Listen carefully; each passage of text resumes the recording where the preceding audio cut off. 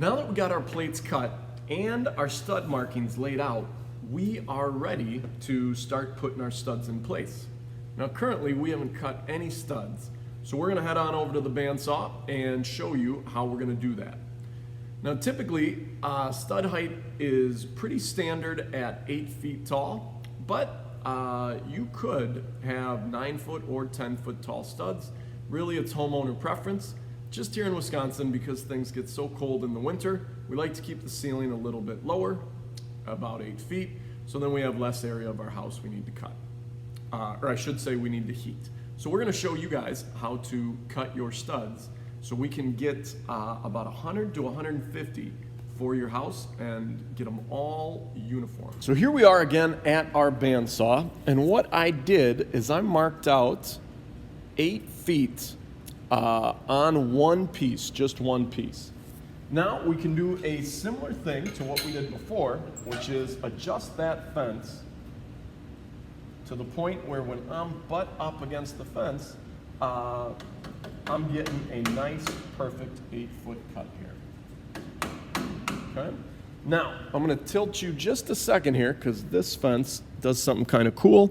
It has this rail right here that will tell you down to a 1/16 of an inch what you need, and we got ours set up at 4 inches because 4 inches in a 1/2 inch scale is 8 foot. So I can lock this in place, and it's gonna take me a while to go ahead and cut through each one of these. Now a few things. One is our guard should be only 1/4 of an inch above the wood. That way, if there was any slips or any accidents, you got this guard protecting you, whole lot less blade exposed. Now, what else we can do is we can actually cut the majority of these all at once, which will save you guys a lot of time. So the key is we're gonna put them up on their edge, just like so. And this takes a little bit of time to set up, but you're gonna be really happy that you did. Okay, so I got them all up on their edge. Great. Now I make sure they are all up tight against the fence. Every single one of them. There they go. Okay, so I got all my boards. We're up tight against the fence. Just like this. And now I get to run these through in one big set. And because my fence is locked and because I'm keeping these tight to the fence, every piece I cut coming through should come out the exact same. Now, you're gonna have to slide your hand through this little area here.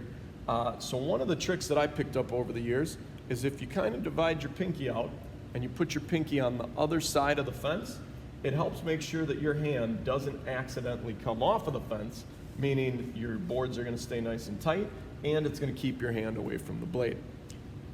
So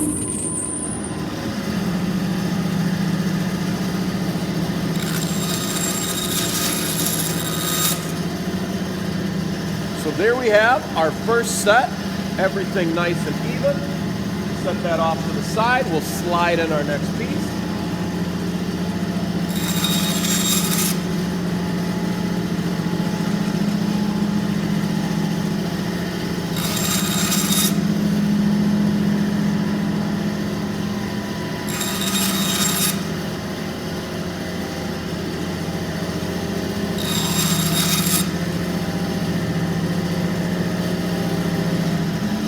Now my very last batch wasn't long enough to get cut to 8 foot, but I'm still gonna hang on to these because these will work well for sills for our windows and trimmers for our doors and windows.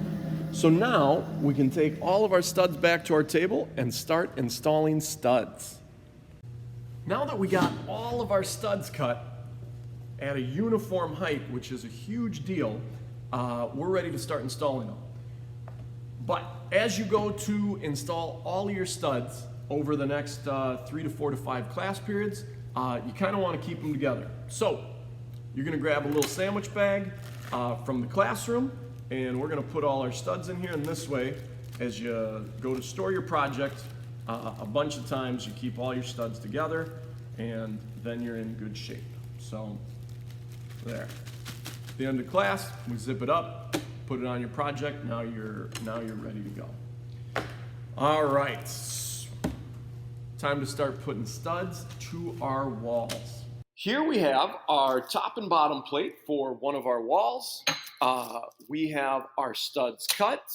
We have our hot glue gun ready to go. And as you can see, all of my studs are lining up with one another, or all of my marks, I should say, all the way down. Now I want to real quick talk about this very end. Let me make sure these are lined up. We go 16 inches on center, 16, 16, 16, and then you get to your end. Very rarely in a house does your end actually end on a perfect 16. So what's going to happen here is, even though the space from here to here is only about 4 to 6 inches, we're still going to have a stud on this very end, and we're just going to have two that are pretty darn close together.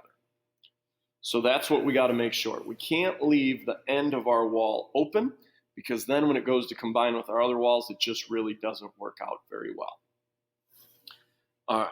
There's a lot of techniques to gluing your walls together.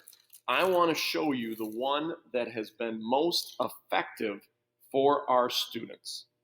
So what we're going to do is we're going to start with just 2 studs. And we're going to put one on each end, and then we're going to glue that into place. Now, if this was a real build, we would go ahead and lay our bottom plate down. We would lay our top plate down. We would put a stud where every stud is supposed to go. And then with a nail gun, we'd line it up. We'd we'd nail a couple nails through the bottom of this one, through this one, through this one, all the way down, and then come back and do all the way back up. For our class, we'll kind of do that, but a little differently. So now that my hot glue gun is up and ready to go, I'm going to take my stud here and I'm going to put a little bit of hot glue on each end, and I'm going to sandwich it in between my 2 ends here. These are 2 of your tougher ones because you need to make sure that everything is flush as you do it. I need to make sure we're flush on each end, as well as flush with the edges. So we keep a little pressure on there until it hardens. Good. Okay. Now each stud I put in from here is going to strengthen up this wall. I'm going to do my other end right away as well. So I'm going to be down here, glue that in, get this top in,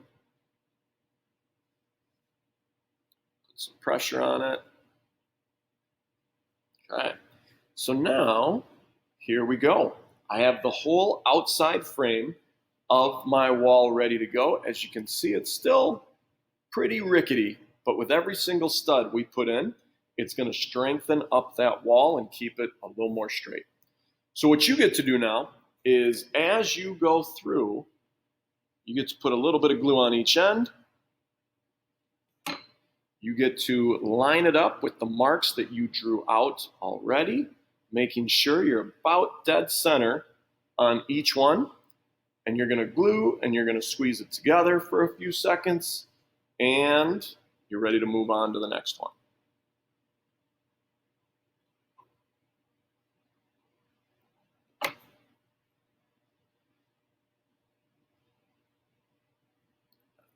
Some are going to be just a hair tighter than others, and that's okay.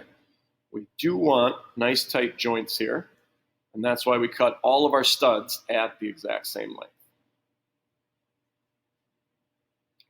All right, and nothing is really stopping us from doing the entire way across, except in a lot of your walls, you are going to have some doors and windows. So we're going to take a quick look at that before we go any further and show you how we mark out for doors and windows.